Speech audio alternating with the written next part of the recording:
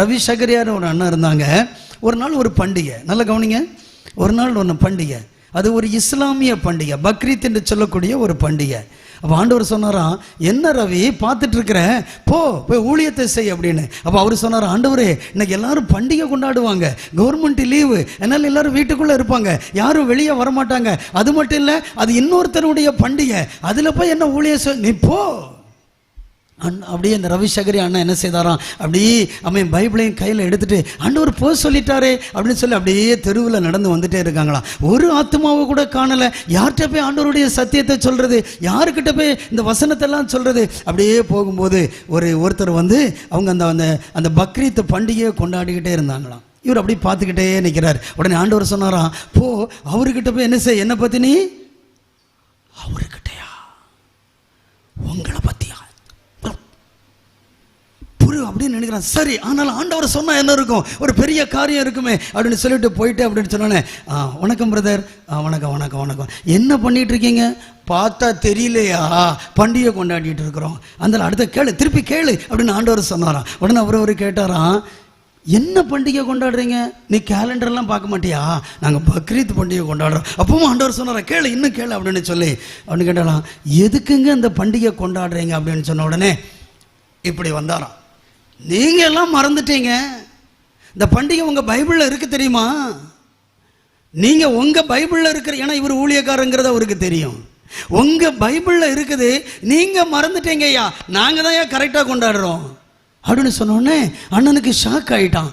பைபிள்ல இருக்கா? ஆமா, இந்த பக்ரீத் பண்டிகை எதுக்கு தெரியுமா நாங்க கொண்டாடுறோம், ஆபிரகாம் ஈசாக்கை பலி செலுத்தினார் அல்லவா, அதன் நினைவாகத்தான் இந்த பண்டிகை என்ன செய்கிறோம், கொண்டாடுகிறோம் என்று சொன்னாராம். இப்பதான் ஆண்டவர் சொன்னாரா, ரவி பேசு பேசு அப்படின்னு சொன்ன உடனே அப்பதான் போனாராம், சகோதரா சண்டைக்கு வராத, அடிச்சாலும் பரவாயில்ல, ஆனா உன் கையில் இருக்க புத்தகத்திலும் சரி, என் கையில் இருக்கிற வேதாகமத்திலும் சரி இருக்கிற உண்மையை நீ என்ன செய்யணும், பார்க்க வேண்டும். ஆபிரகாம் ஈசாக்கை பலி செலுத்தினாரா? எங்க பாருங்க, நல்ல கவனிங்க, உன்னுடைய புஸ்தகத்தை எடு, என் பைபிளை நான் காமிக்கிறேன். பலி செலுத்த கொண்டு போனார், ஆனா என்ன செய்யல, பலி செலுத்தல. அப்பதான் அவர் கேட்டாராம், மோரியா மலையில நடக்காத பலிக்கு இவ்வளவு வைராக்கியமா பண்டிகை கொண்டாடுகிறாய் அல்லவா, அந்த மோரியா மலையிலிருந்து கொஞ்சம் கண்ணை பாரு, கல்வாரின்னு ஒரு மலை இருக்குது, அந்த கல்வாரியில கொல்கதான்னு ஒரு இடம் இருக்குது, கொல்கதாவில் கரெக்டா எபிரேய பாஷையில கபால ஸ்தலம்னு ஒரு இடம் இருக்குது, அங்க ஒரு பலி நடந்தது தெரியுமா? அப்படியே நிக்கிறாராம். நடக்காத பலிக்கு இவ்வளவு வைராக்கியமாக பண்டிகை கொண்டாடுகிறாயே, நடந்த பலி, நீ சொல்லக்கூடிய இடம் கொஞ்சம் தான் மாற்றம், கொஞ்சம் தூரம் தான். மோரியா பக்கத்துல கல்வாரியில கொல்கதாவில் கபால ஸ்தலத்துல ஒரு பலி நடந்தது தெரியுமா? அப்ப நடக்காத பலிக்கு இவ்வளவு வைராக்கியம் பாராட்டுகிறாயே, ஆனால் நடந்த பலியை நீ என்ன செய்துட்ட, எல்லாத்தையும் விட்டுட்டாரு. ரவிசகரி அண்ணனுடைய கையை பிடிச்சிட்டாராம்.